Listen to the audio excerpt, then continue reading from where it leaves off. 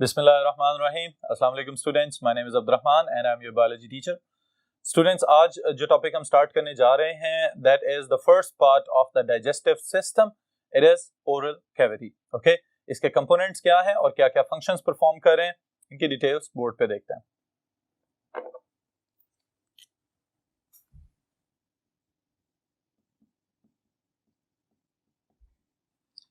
Ji students, the topic is digestion and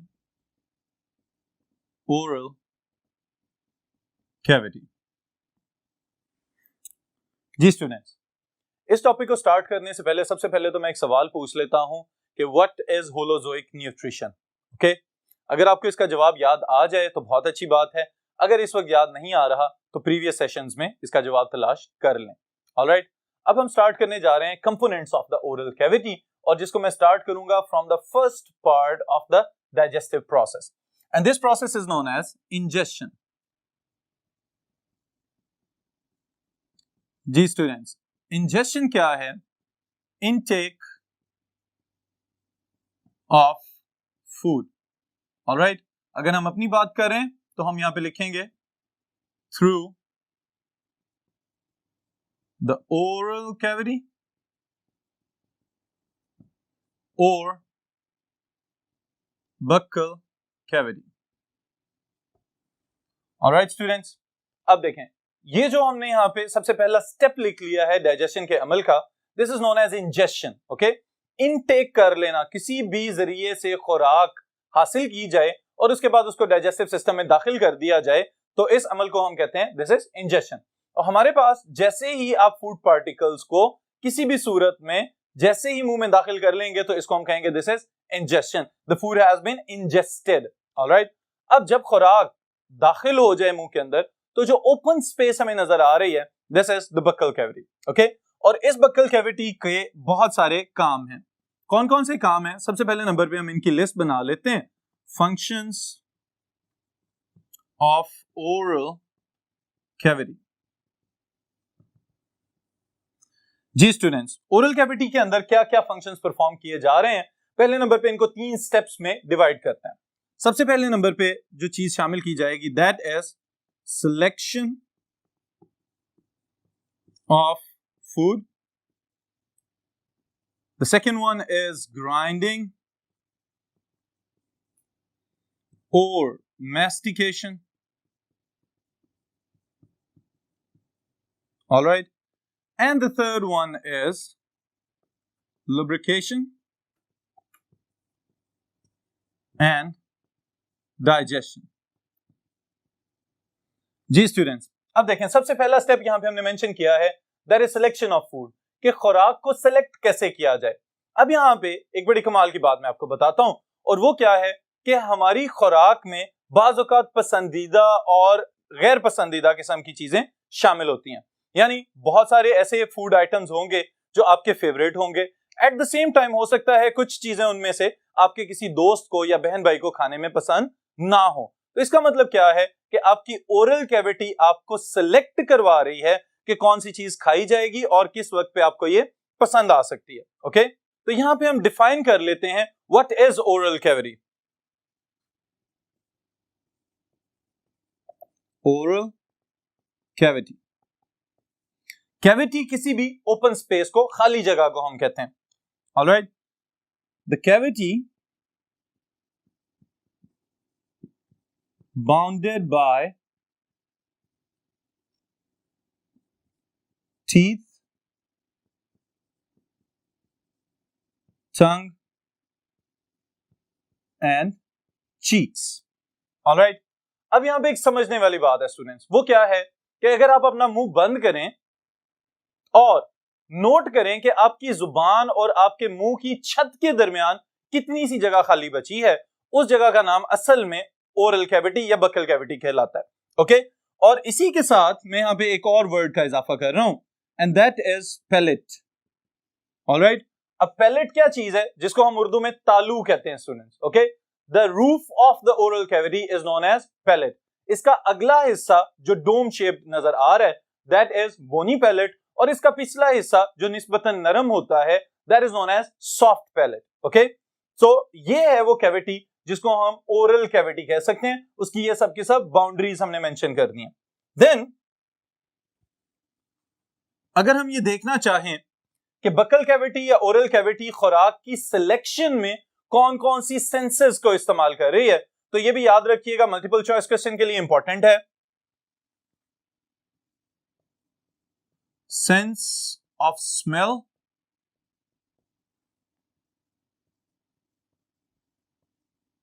sense of taste,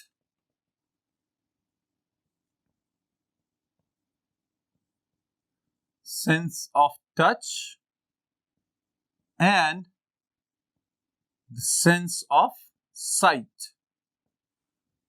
ji students, सिर्फ और सिर्फ खुराक की सिलेक्शन में ये सब की सब सेंसेस हमारे लिए मददगार साबित हो रही हैं। अब देखें, हमारा ये ख्याल होता है कि हम किसी भी खुराक को अगर सिलेक्ट कर रहे हैं तो उसके जायके की बुनियाद पे कर रहे हैं, ऐसा बिल्कुल भी नहीं है।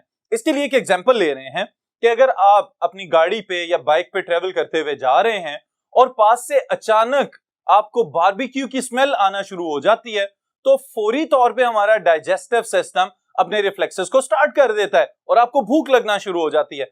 इसका मतलब क्या है कि सेंस ऑफ स्मेल जो है ये खुराक की सिलेक्शन में बहुत अहम किरदार अदा कर सकती है। और फिर अगर आप ये देखें कि आपके सामने आपका कोई पसंदीदा फूड ला के रख दिया जाए तो फौरी तौर पे उसको सिलेक्ट कर लिया जाएगा। और इसी तरह से अगर कोई खुराक देखने के लिहाज से अपेरेंटली इतनी कोई अच्छी नहीं नजर आ रही, टेस्ट का बाद में डिसाइड करेंगे, लेकिन सिर्फ देखने में अच्छी नहीं नजर आ रही, तो समटाइम्स इसी वजह से उसको रिजेक्ट कर दिया जाता है कि इसकी आउटलुक अच्छी नहीं है तो मे भी इसका टेस्ट भी अच्छा ना हो। फिर उसके बाद बाकी चीजें आती हैं कि इसमें आपने देख भी लिया, आपने इसको स्मेल भी कर लिया, फिर उसका जायका जो जुबान है हमारी वो बहुत इंपॉर्टेंट रोल प्ले कर रही है यहाँ पे, जिसके ऊपर डिफरेंट टाइप्स के टेस्ट बर्ड्स मौजूद होते हैं। ओके, और वो टेस्ट बर्ड्स किस तरह से काम कर रहे हैं स्टूडेंट्स, आपको याद होना चाहिए। Tongue, in case of selection of food, it helps to detect the taste। और कौन कौन से मुख्तलिफ जायके हैं जो आप अपनी जुबान के ऊपर टेस्ट बर्ड्स की वजह से फील कर सकते हैं। The first one is sweet, then it could be salty, then it is sour,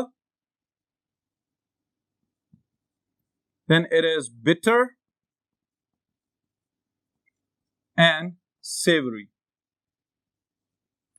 Alright students, ये मुख्तलिफ जायके आपकी जुबान आपको फील करवा सकती है। ओके, अब फिर इसके बाद अगर हम नेक्स्ट स्टेप पे चलें तो हमें ये पता चल जाना चाहिए कि खुराक को रिजेक्ट किन बुनियादों पे किया जा रहा है। हो सकता है उसकी स्मेल बेहतर ना हो सकता है वो देखने में इतनी कोई अट्रैक्टिव ना लग रही हो, और समटाइम्स ये भी पॉसिबल है कि आप कोई अपनी पसंद की चीज भी खा रहे हैं और उसमें कोई कंकर या कोई रेत का जरा या डस्ट पार्टिकल आ गया, तो उस बुनियाद पे भी इसको रिजेक्ट किया जा सकता है। ऑलराइट स्टूडेंट्स, तो सिलेक्शन और रिजेक्शन के दरमियान ये कुछ फैक्टर्स हैं कि जिसकी बुनियाद पे आप खुराक को सिलेक्ट भी कर सकते हैं और रिजेक्ट भी कर सकते हैं। Then is the next step of digestion in oral cavity, and it is grinding and or mastication।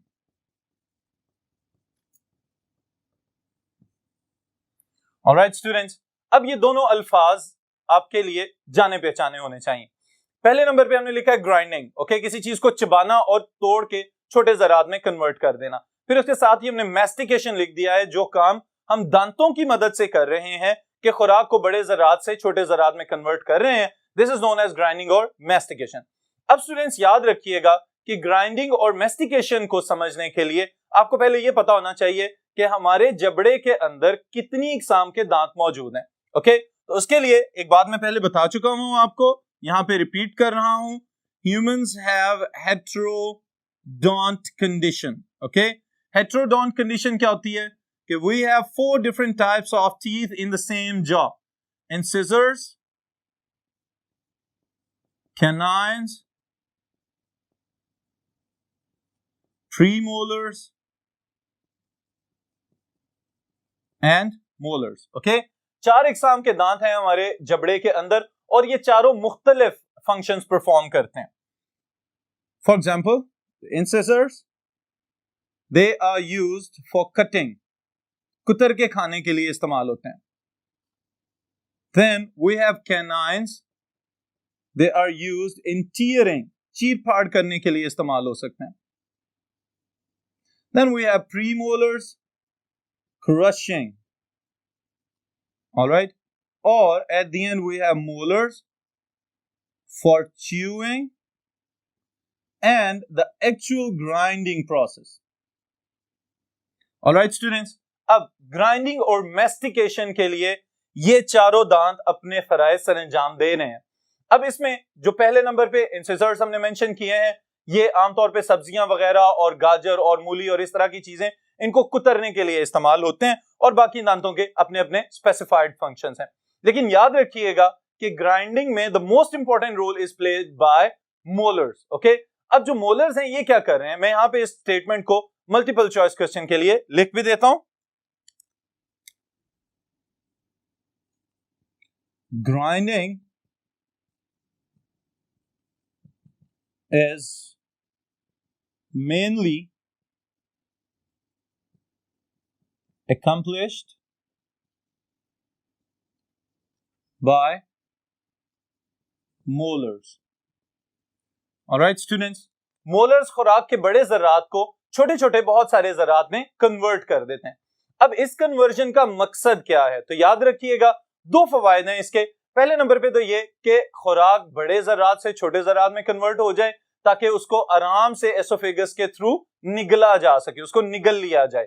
फिर उसके बाद दूसरा फायदा इसका क्या है कि जो एंजाइम्स अपना एक्शन परफॉर्म करना चाह रहे हैं उस खुराक के ऊपर, उनको ज्यादा सरफेस एरिया अवेलेबल हो ताकि वो उतने एफिशिएंटली अपना काम कर सकें। ऑलराइट स्टूडेंट्स, तो ये दो बेनिफिट्स यहां पे हो सकते हैं जिनको मैं शॉर्ट फॉर्म में यहां पे मेंशन कर रहा हूं।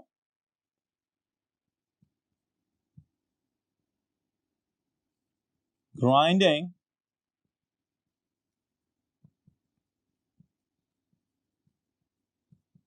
increase the surface area for enzyme attack. All right, and the second point is the food can be easily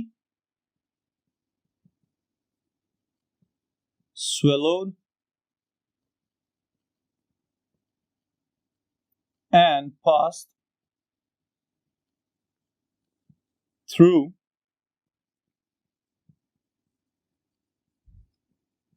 esophagus. All right students, ये दो स्टेटमेंट्स हैं, याद रखिएगा, शॉर्ट क्वेश्चन में भी पूछा जा सकता है। What are the benefits of grinding of food in the oral cavity? तो ये दो पॉइंट्स आपका 2 मार्क्स का क्वेश्चन बन सकता है।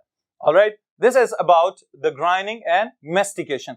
फिर इसमें हम एक और पॉइंट का इजाफा कर लेते हैं स्टूडेंट्स, और वो क्या कि ये जो ग्राइंडिंग का काम है, what type of digestion it is. All right, तो इसके लिए एक टर्म मैं मेंशन कर रहा हूं, इसको नोट कर लें और याद रखिएगा। This is mechanical digestion.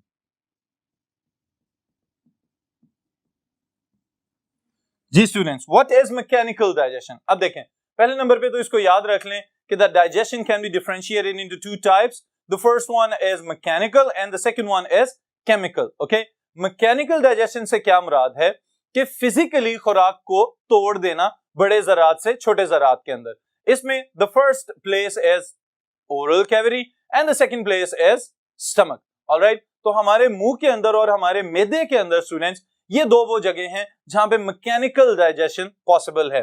Okay, physical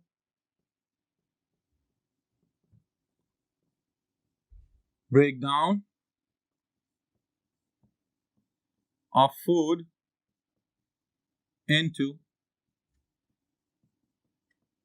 smaller pieces. Okay, oral cavity and stomach are two sites where mechanical digestion is done. Alright? अब स्टूडेंट्स देखें, मैकेनिकल डाइजेशन के लिए दो जगह हैं. The first one is oral cavity and the second one is stomach. तो यहां पे फिजिकल ब्रेकडाउन की जाती है. सेकंड टाइप क्या है? That is chemical digestion. और केमिकल डाइजेशन क्या है? इसके लिए हम ओरल कैविटी का थर्ड फंक्शन यहां पे मेंशन करने जा रहे हैं, and that is lubrication and digestion.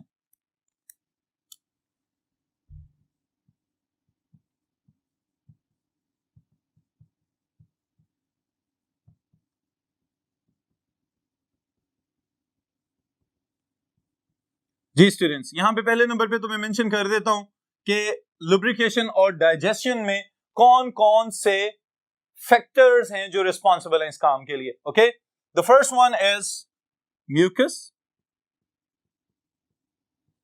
and water. All right. The second one is sodium bicarbonate and some other salts. All right. And the third one is carbohydrate digesting enzyme. और इस enzyme का नाम क्या है students? याद रखिएगा, this is known as salivary amylase, amylase भी आप याद रख सकते हैं, और generally known as ptyalin. Alright, अब ये मल्टीपल चॉइस क्वेश्चन के लिए भी इंपॉर्टेंट है कि ये एंजाइम, इसका जनरल नेम क्या है, क्योंकि कार्बोहाइड्रेट डाइजेस्टिंग एंजाइम हमारे डाइजेस्टिव सिस्टम के एक और पार्ट से भी रिलीज होता है और उसका नाम भी एमाइलेज है, लेकिन वो पेंक्रियाज से रिलीज होगा और स्मॉल इंटेस्टाइन तक जाएगा. जो स्लाइवरी एमाइलेज जो स्लाइवा में से रिलीज होके पहुंच रहा है, दैट इज टायलिन. ओके, ये इसका कॉमन नेम याद रखिएगा. अब स्टूडेंट्स, ये तो मेन फैक्टर्स हमने मेंशन कर दिए हैं कि लुब्रिकेशन और डाइजेशन के लिए क्या क्या चीजें जरूरी हैं. अब यहां पे सबसे पहले नंबर पे हम बात ही करते हैं एमाइलेज की कि ये केमिकल डाइजेशन परफॉर्म कर रहा है. The chemical breakdown of food particles into smaller ones is known as chemical digestion. अब इसके लिए ये करेगा क्या? तो याद रखिएगा कि एमाइलेज और टायलिन कर क्या रहा है? इट ब्रेक्स स्टार्च और ग्लाइकोजन, ये पॉलीसैकेराइड्स हैं, टू माल्टोज. ऑलराइट, और आप अपनी आसानी के लिए याद रखिएगा disaccharides. Alright,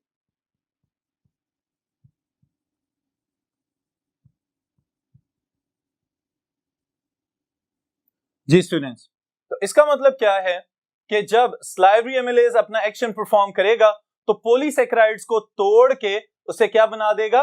disaccharides. Okay, that is normally maltose. अब स्टूडेंट्स, ये वाली चीज तो हमारे पास आ गई केमिकल डाइजेशन की. उसके बाद बाकी दो फैक्टर्स भी हमने यहां पे मेंशन किए हुए हैं. The first one was water and mucus. अब यहां पे याद रखिएगा कि म्यूकस असल में है क्या चीज? एक प्रोटीन है म्यूसिन जो रिलीज होती है, वाटर के साथ कंबाइन करती है तो ये एक स्लाइमी सा लिक्विड बन जाता है और इस स्लाइमी लिक्विड की कोटिंग बना दी जाती है inside the digestive tract. Okay, अब इसी डाइजेस्टिव ट्रैक्ट के अंदर इस म्यूकस या वाटर के आ जाने से क्या होगा कि ये लुब्रिकेट कर दी जाएगी ताकि फूड पार्टिकल्स किसी जगह पे स्टक ना हो, फंस ना जाएं, आहिस्ता आहिस्ता आहिस्ता स्लिप होते हुए हर पार्ट को अबूर करते चले जाएं और उनकी डाइजेशन और एब्जॉर्प्शन के अमल को मुकम्मल किया जा सके. तो ओरल कैविटी में भी इनकी प्रोडक्शन की मेनली यही वजह है. फिर उसके बाद स्टूडेंट्स, जो दूसरी चीज हमने यहां पे मेंशन की है, that is sodium bicarbonate salts. अब ये जो सॉल्ट्स रिलीज हो रहे हैं ये स्लाइटली एंटीसेप्टिक होते हैं और एंटीसेप्टिक रोल प्ले करेंगे तो माइक्रोब्स को किल कर सकते हैं।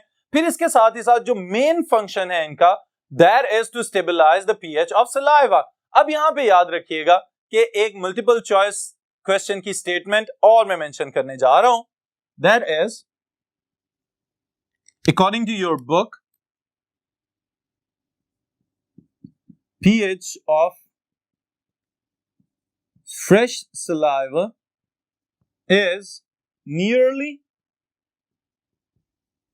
8, लेकिन साथ ही साथ क्या होता है, it quickly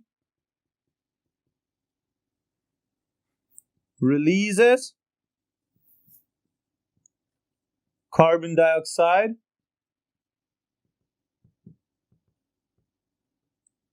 and becomes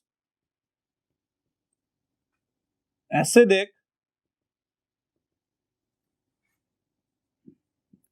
so the pH is 6.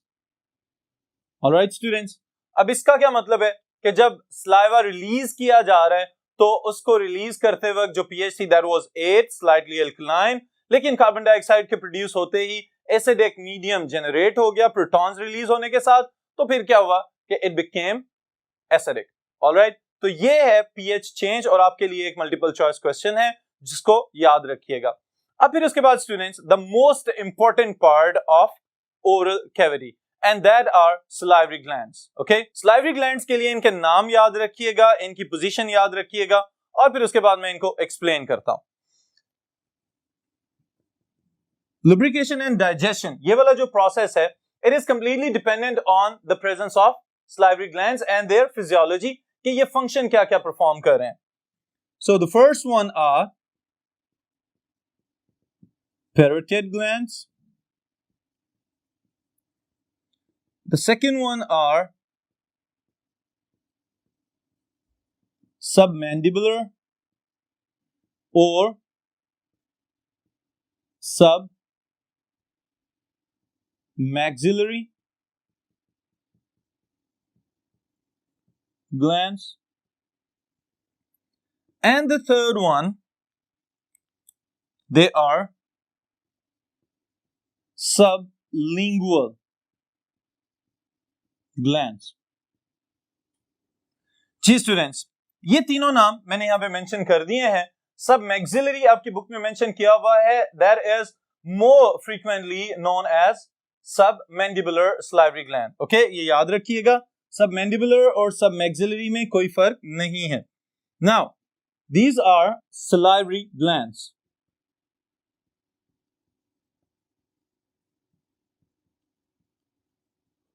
Alright students, अब देखें ये तीन सलाइवरी ग्लैंड्स हैं और इनकी पोजीशन भी याद रखिएगा।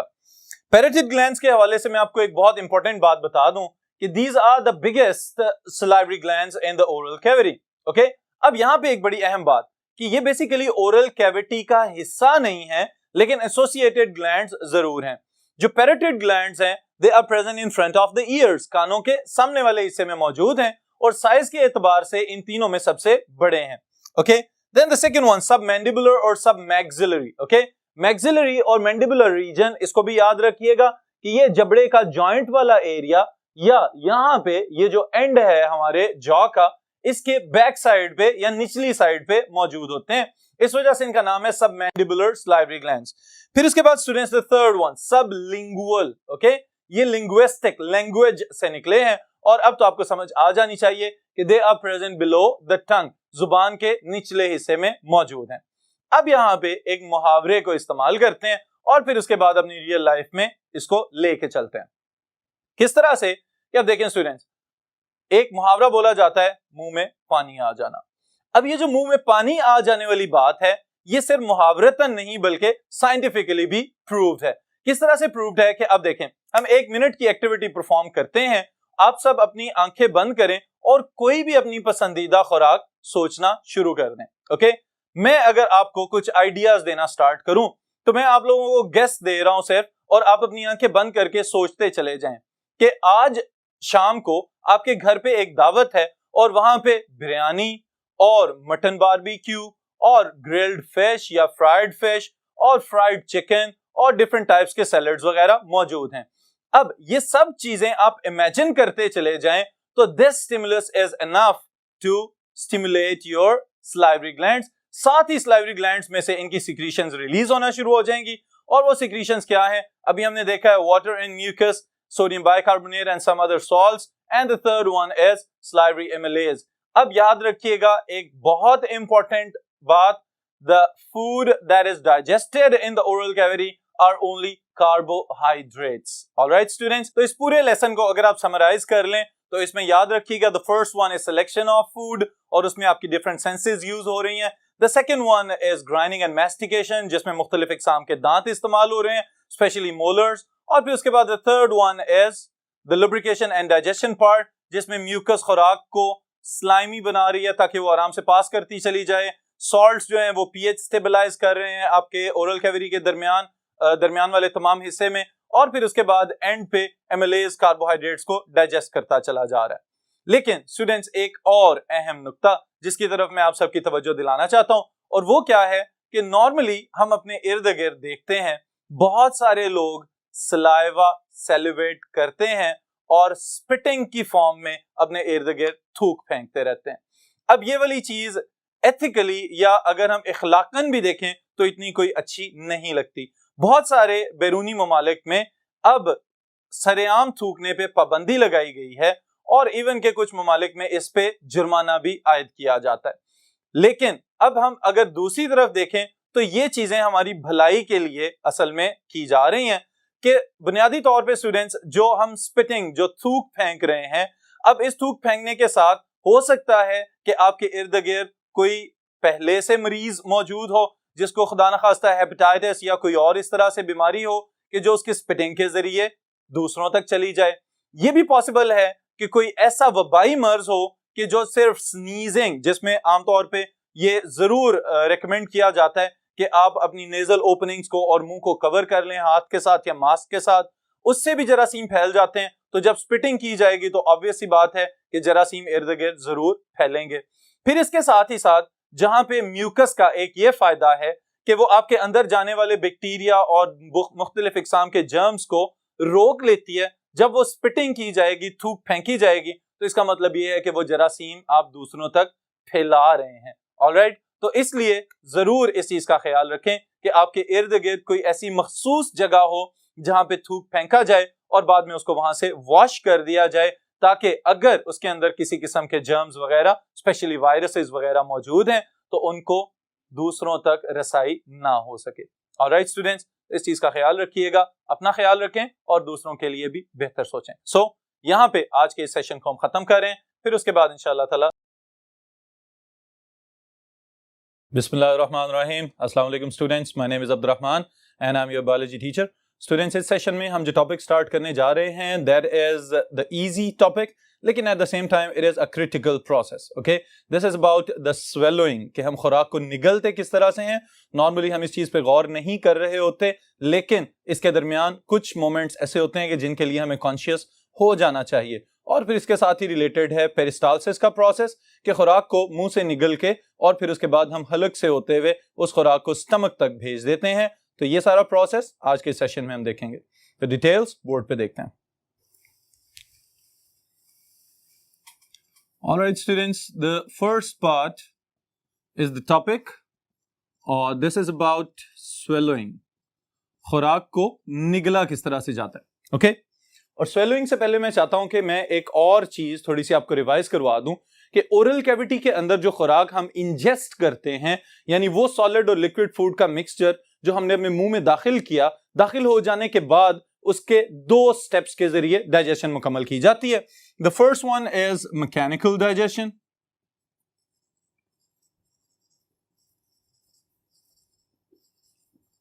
All right.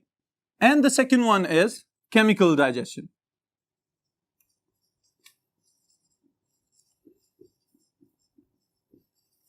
जी स्टूडेंट्स, अब इन दोनों टर्म्स को हम अगर डिफाइन करना चाहें तो आपको इसका आइडिया होना चाहिए। Mechanical digestion is the physical breakdown of food particles into smaller once. Alright, दांतों की मदद से खुराक को चबाना और फिर उसको छोटे छोटे जर्रात में तब्दील कर देना, this is known as mechanical digestion. दूसरी तरफ केमिकल डाइजेशन, इसका मतलब यह है कि यहां पे कोई फिजिकल प्रोसेस इन्वॉल्व नहीं है, बल्कि उसकी बजाय क्या किया जाएगा, केमिकल्स के जरिए, और वो है हमारे biological catalyst, and these catalysts are enzymes. Okay, enzymes में यहां पे स्टूडेंट्स याद रखिएगा सलाइवरी एमिलेज की बात हो रही है, जो पॉलीसैकेराइड्स को डाइसैकेराइड्स में कन्वर्ट करता है और पार्शियल डाइजेशन कर देता है कार्बोहाइड्रेट्स की, बाकी डाइजेशन जाके स्मॉल इंटेस्टाइन में मुकम्मल की जाएगी। अब जब मैकेनिकल डाइजेशन और उसके बाद केमिकल डाइजेशन का प्रोसेस मुकम्मल हो जाए, साथ म्यूकस ऐड कर दी जाए, तो वो एक स्लाइमी सा छोटा सा ओवल स्ट्रक्चर बन जाता है, जिसको हम कहते हैं bolus. Alright, so this is the first definition of this topic and the term is bolus. याद रखिएगा स्टूडेंट्स, बोलस के लिए कुछ स्पेसिफिक टर्म्स हैं जो आप याद रखेंगे। दिस इज सॉफ्टेंड, नरम की जा चुकी है ये खुराक, पार्टली डाइजेस्टेड, कुछ चीजें इसमें से हजम की जा चुकी हैं जैसे कि कार्बोहाइड्रेट्स। फिर उसके बाद हम ये कह सकते हैं slimy Oval lump of food. Alright, वो खुराक जो किसी भी सूरत में अपने पसंदीदा खुराक की फॉर्म में आपने इंजेस्ट की, उसके बाद आपने उसको चबाया और फिर उसमें एंजाइम्स ऐड किए और वो एक छोटा सा मजीद बोलस बन गया। और अब इस बोलस के साथ क्या क्या प्रोसेसेस या क्या क्या स्टेप्स शामिल किए जाएंगे, वो इस टॉपिक में हमने डिटेल से देखने हैं स्टूडेंट्स। तो यहां पे मैं चाहूंगा कि आप इन 3 पॉइंट्स को जो भी मैं मेंशन करने जा रहा हूं, इनको जरूर नोट कर लें। The process of swallowing can be differentiated into 3 different parts. Okay? सबसे पहले नंबर पे this is oral, then it is pharyngeal, and the third one is esophageal. All right students, अब ये तीनों पॉइंट्स मैंने यहां पे क्यों मेंशन किए हैं, इनको समझ लें। सबसे पहली चीज ओरल स्वेलविंग। ओके, जो काम हमने अपने मुंह में मुकम्मल किए, उसके बाद कोशिश ये होगी कि इस खुराक को पुश करके आगे भेज दिया जाए ताकि ये खुराक की नाली से होती हुई स्टमक तक पहुंच जाए। ओके, अब इसमें स्टूडेंट्स याद रखिएगा जो ओरल डाइजेशन का प्रोसेस है, दिस इज वॉलंटरी। ओके, ये आपके कंट्रोल में है कि आप खुराक को निगलना चाहें तो अपनी मर्जी से अपने हलक से नीचे उतार दें। ओके, फिर उसके बाद जो दूसरे 2 पॉइंट्स हमें नजर आ रहे हैं स्टूडेंट्स यहां पे, द फेरेंजियल एंड एसोफेजियल, ये दोनों स्वेलोइंग के process they are controlled by autonomic nervous system, और इसको हम ये कह सकते हैं कि दे आर इनवॉलंटरी, ये आपके कंट्रोल में नहीं होंगे। ऑलराइट, और इसको कंट्रोल कर रहा है मेड्यूला ऑब्लंगेटा, एक दिमाग का हिस्सा है जिसका नाम है मेड्यूला ऑब्लंगेटा। वहां से 9th क्रेनियल नर्व आ रही होती है और वो इस प्रोसेस को फर्दर कंट्रोल कर रही होती है। ओके, अब स्टूडेंट्स ये जो तीनों स्टेजेस हमने यहां पे मेंशन की हैं, इन तीनों स्टेजेस को बारी बारी हम थोड़ा सा और एक्सपेंड कर लेते हैं, फैला लेते हैं कि किस तरह से ये काम मुकम्मल किया जाता है। The first one is oral swallowing. इसमें क्या किया जाता है, ये अब हम सिर्फ पहले पार्ट की एक्सप्लेनेशन में जा रहे हैं स्टूडेंट्स। तो इसके लिए याद रखिएगा जो पहला ऑर्गन इन्वॉल्व है दैट इज टंग, और उसके बाद जो दूसरा पार्ट है दैट इज पैलेट। और पैलेट तालू, इसको फर्दर हम डिवाइड करते हैं into the bony palate as well as into the soft palate. Alright students, अब देखें ये जो सारे का सारा स्ट्रक्चर यहां पे इस फिगर में आपको नजर आ रहा है, इसके अंदर हम अभी फिलहाल सिर्फ फोकस कर रहे हैं इन दोनों पार्ट्स के ऊपर। The first one is tongue and the second one is palate. Okay, अब स्टूडेंट्स याद रखिएगा जो तालू वाला हिस्सा है, अगर आप अपनी जुबान की मदद से अपने मुंह की छत को टच करें तो आपको एक डोम शेप्ड स्ट्रक्चर फील होगा, और यहां पे एक जबरदस्त इंजीनियरिंग का करिश्मा हमें नजर आता है कि जैसे ही जुबान खुराक को ऊपर की तरफ को पुश करे तो इसकी शक्ल की वजह से, जो बोनी पैलेट की शक्ल है, इसकी वजह से फूड को नेचुरली ऑटोमेटिकली पिछली जानिब धकेल दिया जाएगा, और पीछे क्या मौजूद है, that is the soft palate. Okay, जो नरम तालू जिसको हम कहते हैं, और वहां पे सिर्फ एक फ्लैप है स्किन का। इसका क्या काम है ये अभी हम स्टेप्स में मेंशन करते हैं। Alright, now the first part is the tongue moves upward and backward. Alright students, अब इससे क्या मुराद है कि ये जो खुराक जो अभी हम निगलने जा रहे हैं, क्या किया जाएगा, जुबान जो कि स्केलेटल मस्कुलर स्ट्रक्चर है, इसका क्या काम है, पहले ये ऊपर की जानिब को उठे और उसके बाद फिर ये पिछली जानिब को मूव करना शुरू हो जाए। अब इसकी वजह से क्या इफेक्ट होना चाहिए, इसकी वजह से इफेक्ट स्टूडेंट्स ये होगा कि बिल्कुल इसी तरह के जैसे आप कोई एक टेनिस बॉल पकड़ें और उसके बाद उसको आहिस्ता आहिस्ता स्क्वीज करना शुरू हो जाए तो बड़ी स्पीड से एकदम आपकी फिंगर्स में से स्लिप हो जाएगी और बड़ी स्पीड से कहीं और जा गिरेगी। सेम यही काम यहां पे किया जा रहा है कि जुबान अपवर्ड मूव कर रही है और बैकवर्ड मूव कर रही है। इसकी मूवमेंट की वजह से क्या होगा कि the food it will be pushed along the walls of the palate. Okay, तालू की जानिब जोर लगाया जा रहा है जुबान की वजह से और इससे एक तो फायदा होगा, और वो फायदा क्या होगा, due to the upward movement of tongue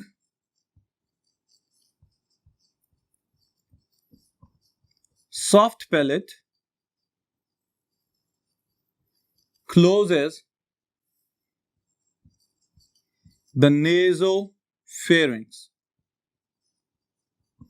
All right, the nasal passage.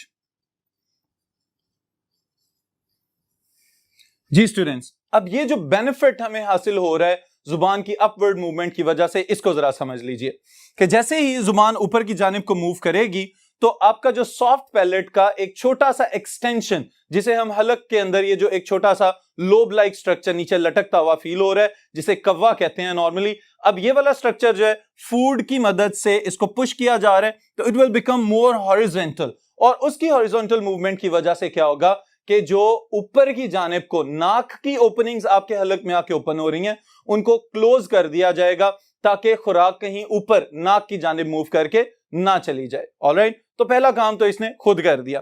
फिर इसके बाद जब जुबान पीछे की जानिब को मूव करके जाएगी तो आप गौर करें कि खुराक पिछले और फिर उसके बाद निचले हिस्से की जानिब पुश कर दी जाएगी।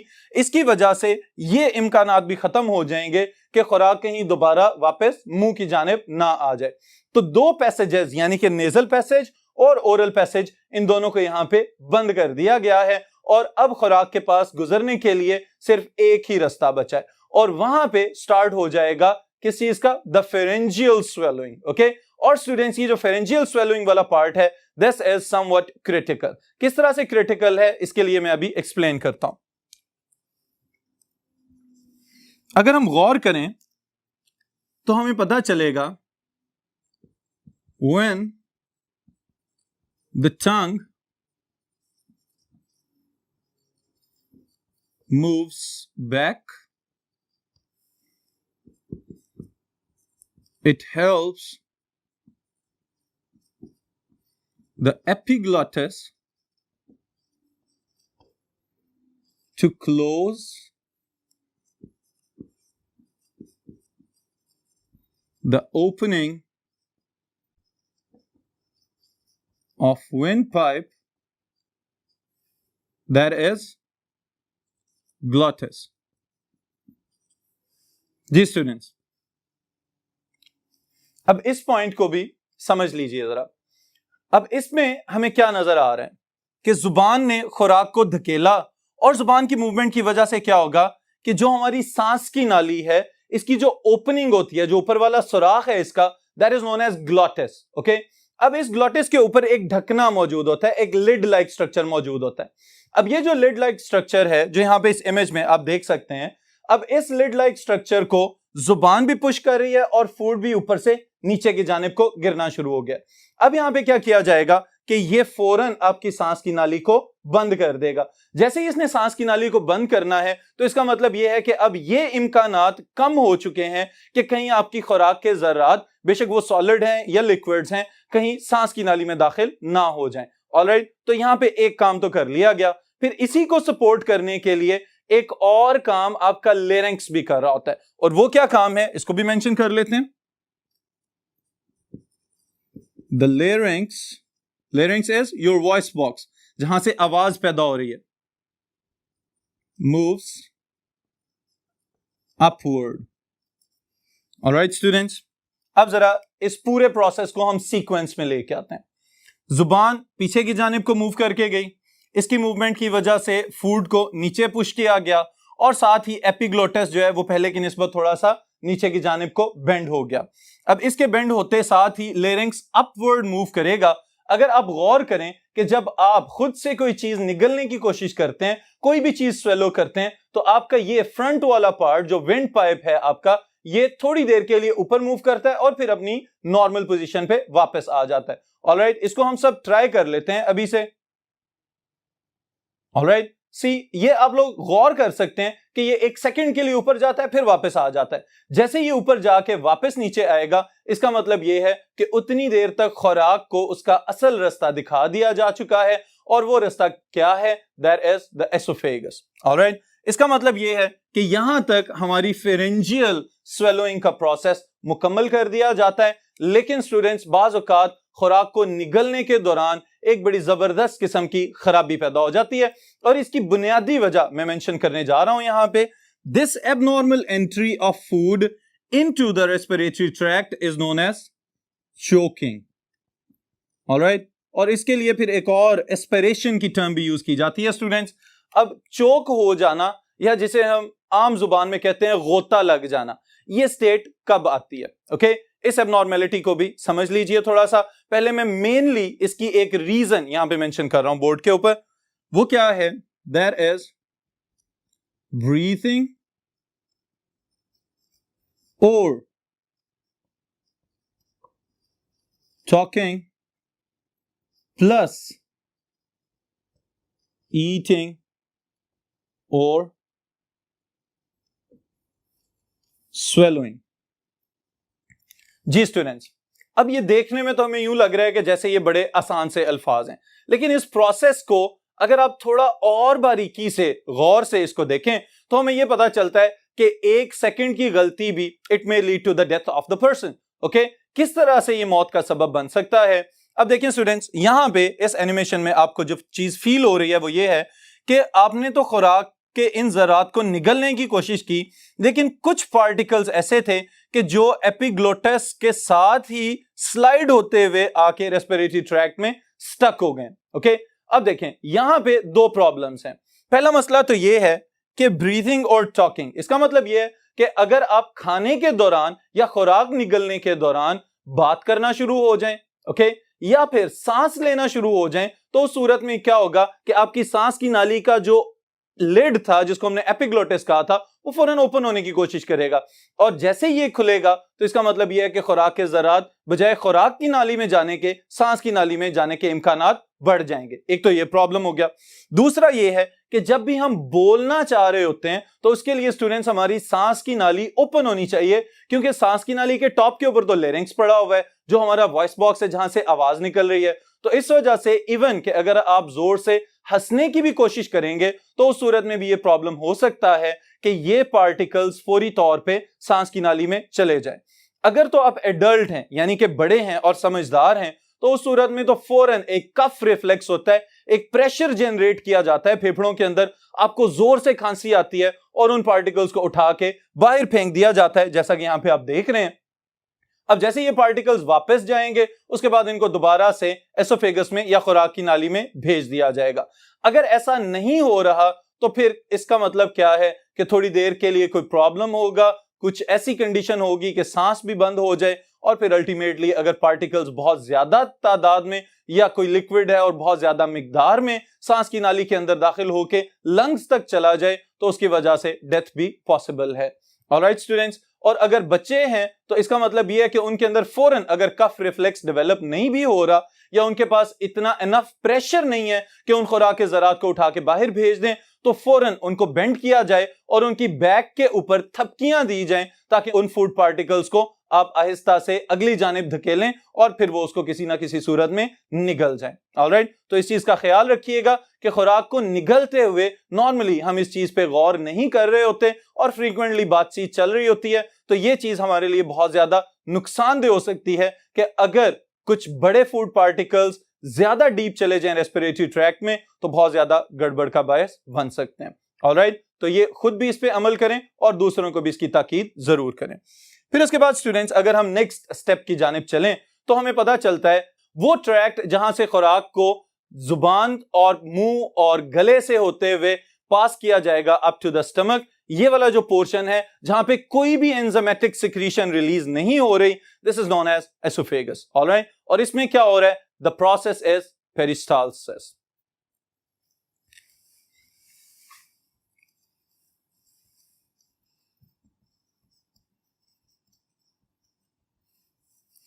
जी स्टूडेंट्स, पेरिस्टाल्सिस, इसको आसानी के लिए मैं यहां पे मेंशन कर रहा हूं एसोफेजियल स्वेलोइंग। जी, खुराक की नाली के अंदर एक और काम चल रहा है जिस प्रोसेस का नाम हमने रख दिया है peristalsis. It is an important short question, आपके बोर्ड के लिहाज से बहुत अहम शॉर्ट क्वेश्चन है, और अगर कंप्लीट प्रोसेस स्वेलोइंग का पूछ लिया जाए तो एक मुकम्मल लॉन्ग क्वेश्चन भी पूछा जा सकता है। ऑलराइट, इस प्रोसेस में किया क्या जा रहा है ये मैं भी एक्सप्लेन करता हूं। पहले जो स्ट्रक्चर्स इन्वॉल्व हैं यहां पे स्टूडेंट्स, ये जरा सुन लें।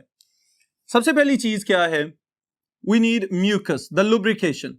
ऑलराइट, वो म्यूकस जिसकी वजह से खुराक को मजीद स्लाइमी और स्लिपरी रखा जाएगा ताकि खुराक कहीं आपके गले में जाके या आपकी खुराक की नाली में अटक ना जाए, फौरन स्लिप होके आगे मूव करना शुरू हो जाए। फिर इसके बाद जो स्ट्रक्चर यहां पे इन्वॉल्व हैं, there are the circular and longitudinal, students याद रखिए लॉन्गिट्यूडिनल, स्टूडेंट्स याद रखिएगा the tongue is a skeletal muscle, okay, और जो यहां पे हम सर्कुलर और लॉन्गिट्यूडिनल मसल्स की बात कर रहे हैं, these are smooth muscles, okay. अब इसका फर्क भी याद रखें, स्केलेटल मसल आपके बस में है, आपकी मर्जी के मुताबिक चल रहे होते हैं, जुबान को आप अपनी मर्जी के मुताबिक हरकत दे सकते हैं, लेकिन जो खुराक की नाली के अंदर मसल्स हैं, अगर एक मरतबा खुराक जुबान ने आगे खुराक की नाली में धकेल दी तो उसके बाद आप उसको अपनी मर्जी से वापस ऊपर नहीं लेके आ सकते। तो इस बात से हमें यह पता चलता है कि दीज आर इनवॉलंटरी मसल्स, ये आपके कंट्रोल से बाहर हैं। ऑलराइट, अब हम इसके प्रोसेस की तरफ आ जाते हैं कि पेरिस्टाल्सिस में किया क्या जा रहा है या एसोफेजियल स्वेलोइंग इसको क्यों कहा जाता है। खुराक को हमने मुंह से गले में धकेला और उसके बाद इसको एसोफेगस की ओपनिंग तक पहुंचा दिया। अब एसोफेगस की ओपनिंग के ऊपर स्टूडेंट्स एक स्ट्रक्चर मौजूद है, this is the ring of muscles that is known as oesophageal sphincter.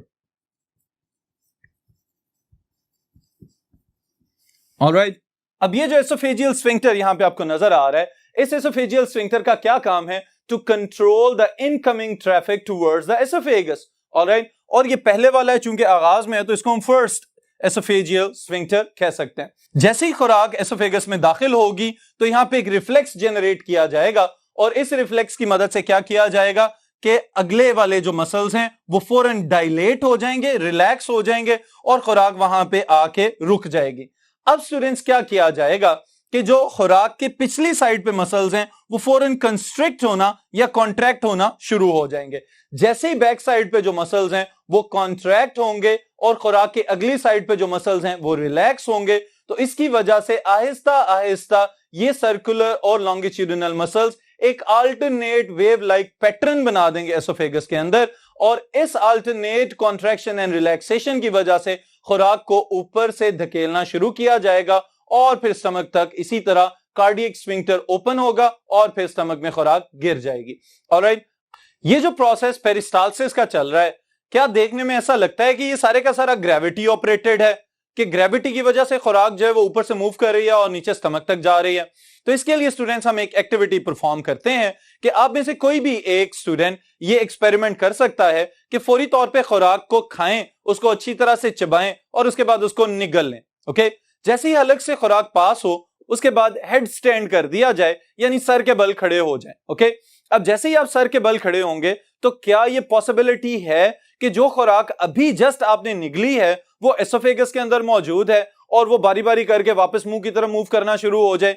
क्या इस चीज की पॉसिबिलिटी है? नो। ऑलराइट, और इसकी बुनियादी वजह क्या है? The strength and the power of the smooth and longitudinal muscles of your oesophagus. अगर आपसे यह सवाल पूछा जाए कि क्या पेरिस्टालसिस ग्रेविटी डिपेंडेंट है, तो इसका भी जवाब होगा नहीं। लेकिन ये जरूर याद रखिएगा कि ग्रेविटी असिस्ट जरूर कर रही है कि अगर हम अपनी अपराइट पोजीशन में सीधे खड़े हुए हैं तो इस सूरत में जो खुराक मूव कर रही है डाइजेस्टिव सिस्टम के अंदर, इसमें ग्रेविटी का कुछ ना कुछ रोल जरूर हो सकता है। लेकिन इसके साथ ही साथ स्टूडेंट्स, पेरिस्टालसिस के ऑपोजिट भी एक प्रोसेस समटाइम्स चल पड़ता है, that is known as anti peristalsis.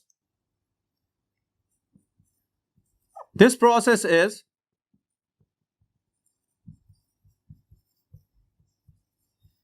Anti peristalsis, okay. और आम जुबान में इस प्रोसेस को हम कहते हैं वॉमिटिंग, यानी कि उल्टी कर देना। ऑलराइट स्टूडेंट्स, अब देखें हमने इसका नाम ही क्या रख दिया है, उल्टी कर देना। इसका मतलब यह है कि पेरिस्टालसिस में the food it was moving downward, लेकिन अगर कोई अनप्लेजेंट फीलिंग आ जाए या वो खुराक जो आप निगल चुके हैं उसके अंदर बहुत ज्यादा ऑयली फूड मौजूद था, या आपको यह पता चला कि उसके अंदर कोई ऐसी चीज थी जो आपके लिए सेहतमंद नहीं है या नुकसानदेह हो सकती है, तो इस सूरत में बाज़ औक़ात एक ऑपोजिट रिफ्लेक्स पैदा किया जाता है। और उस ऑपोजिट रिफ्लेक्स के जरिए क्या किया जा सकता है, फ्रॉम द इंटेस्टाइन। ये याद रखिएगा स्टूडेंट, खुराक सिर्फ एसोफेगस से बाहर नहीं आती, बाज़ औक़ात आपको एक बैकफ्लश फील होता है कि जिसमें आपको यूं लग रहा होता है कि जैसे तेजाबियत हो रही है और खुराक की चुभन जो है वो आपके गले तक फील होती है। इसका मतलब ये होता है कि स्मॉल इंटेस्टाइन से उस बैकफ्लश रिफ्लेक्स का आगाज किया गया स्टमक में, और स्टमक से एसोफेगस में, और एसोफेगस से फिर मुंह के जरिए खुराक को बाहर निकाल दिया जाता है। This process is known as anti peristalsis, और इसको हम आम जुबान में कह देते हैं वॉमिटिंग, यानी कि उल्टी कर देना, और जो कुछ आपने खाया होता है उस सूरत में बाहर निकल आता है। ऑलराइट, बाज़ औक़ात तो ये एक सिम्टम है कि कहीं ना कहीं कोई बीमारी चल रही है, लेकिन समटाइम्स अगर आपने कुछ पॉइजनस सब्सटेंसेस वगैरह इनटेक कर लिए थे तो उस सूरत में स्टूडेंट्स जो वॉमिटिंग का प्रोसेस है it is a helpful process, okay. फिर इसके बाद एक और टर्म आपकी बुक में मेंशन की हुई है, दैट इज हंगर पैंग्स।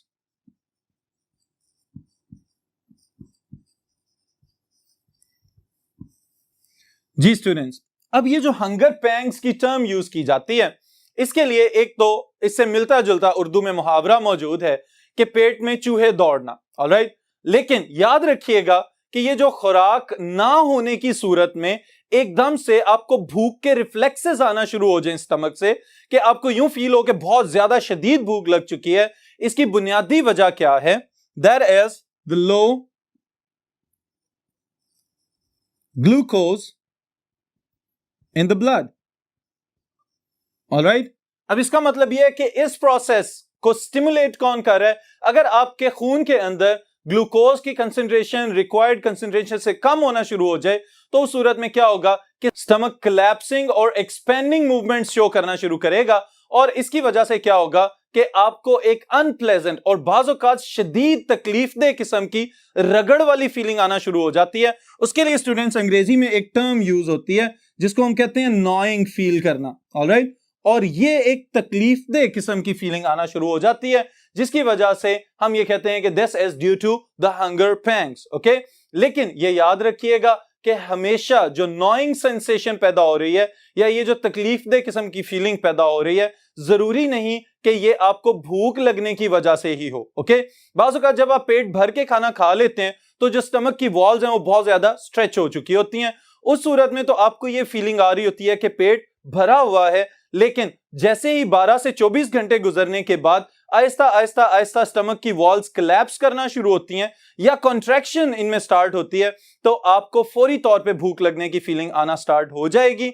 अगर तो वाकई खुराक की जरूरत है तो उस सूरत में आपको खुराक के इनटेक की जरूरत होगी, लेकिन समटाइम्स ये होता है कि जो स्टमक की वॉल्स हैं वो आपस में ही रगड़ खाना शुरू हो जाती हैं, उसकी वजह से हंगर पैंग्स जैसी फीलिंग्स पैदा हो सकती हैं।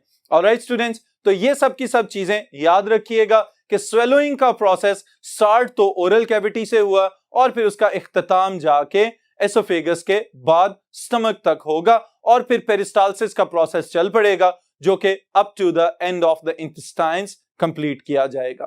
ऑलराइट, ये था हमारा आज का सेशन। फिर इंशाअल्लाह ताला नेक्स्ट सेशन में नेक्स्ट टॉपिक के साथ मुलाकात होगी।